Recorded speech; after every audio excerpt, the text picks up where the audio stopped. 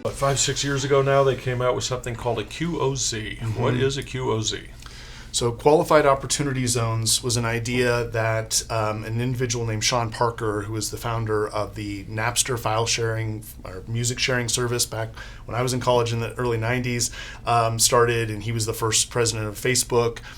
He is as they say, serial entrepreneur and also a serial philanthropist. And so he had been running around this idea of encouraging people to invest into lower income areas by doing that, giving them significant tax advantages. It was actually written into the Tax Cuts and Jobs Act, which went through at the end of 2017. To my point earlier, interestingly, that legislation also eliminated personal real estate or personal 1031 exchanges, as I mentioned earlier, or equipment and those types of things. So those types of exchanges for personal property were actually taken out. The reason they were taken out is that the opportunity zone legislation was so much broader, where you could invest gains from any asset sale into an opportunity zone investment or an opportunity zone program. So think a stock portfolio, a business sale, cryptocurrency, collectibles, real estate, almost anything with a gain, short or long term, can be invested into an opportunity zone. And for the purposes of this, let's say they're investing into a fund, just to keep it more simplistic.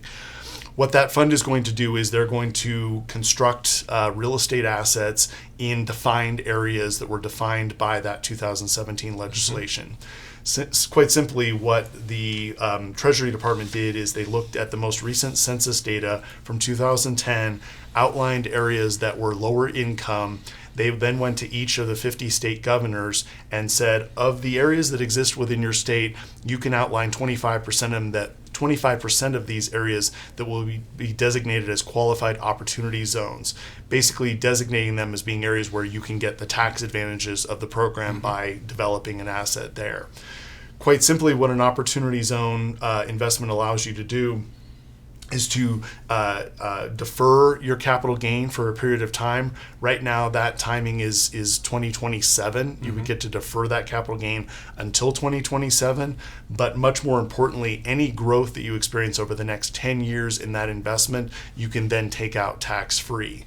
So it's similar to a 1031 exchange, except the application is much broader than just real estate. And so you're only putting in the gains. You're only putting in gains. You get to keep basis. Your basis.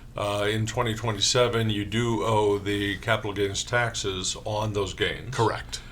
So the structure of the opportunity zone investment has to, I think everyone I've seen provides liquidity of some kind, a return of capital when it's time to pay the taxes on that. That would be the goal. I just, belt and suspenders, I would say don't rely on that because the world changes, and make sure that you have money available to pay the taxes in 27. But yes, it's a common misconception that your gain, your original gain, that you get to step away from that. You get to defer it, but you do not get away from it. Right. But what I refer to as the gain on your gain is working for you from day one in that fund. And again, after a period of no less than 10 years, you can then take out your money out of the fund, and any growth you've experienced in the fund would be tax-free. Now, you said something interesting. I want to make sure that listeners or viewers catch it.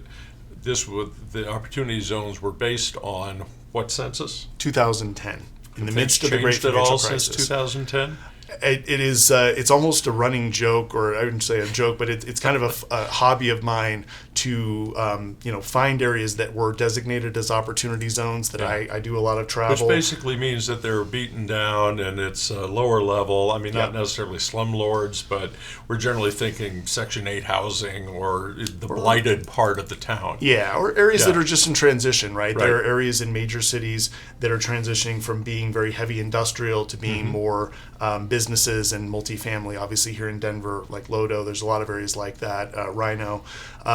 But the Houston Medical District, East Austin, where Apple's building their new headquarters, downtown Los Angeles. We see a lot of urban areas that have been transitioning over the last now, San Jose. 13 years. Yeah, places absolutely. in San Jose. Yeah. And even areas around college campuses. College students, eat ramen and don't make a lot of money, and so you can build buildings that are within blocks of college campuses where there is still great opportunity. Right. So there, I don't know the status of it now, perhaps you do, the recent attempts at legislation to say, okay, now let's update it based on a current census, essentially, or current areas, but they were also talking about extending. When it first came out, they had the 15%, the 10% rules as far as exclusion. So a step up. Do you know, have they decided to continue that or to renew that or to extend it or modify it?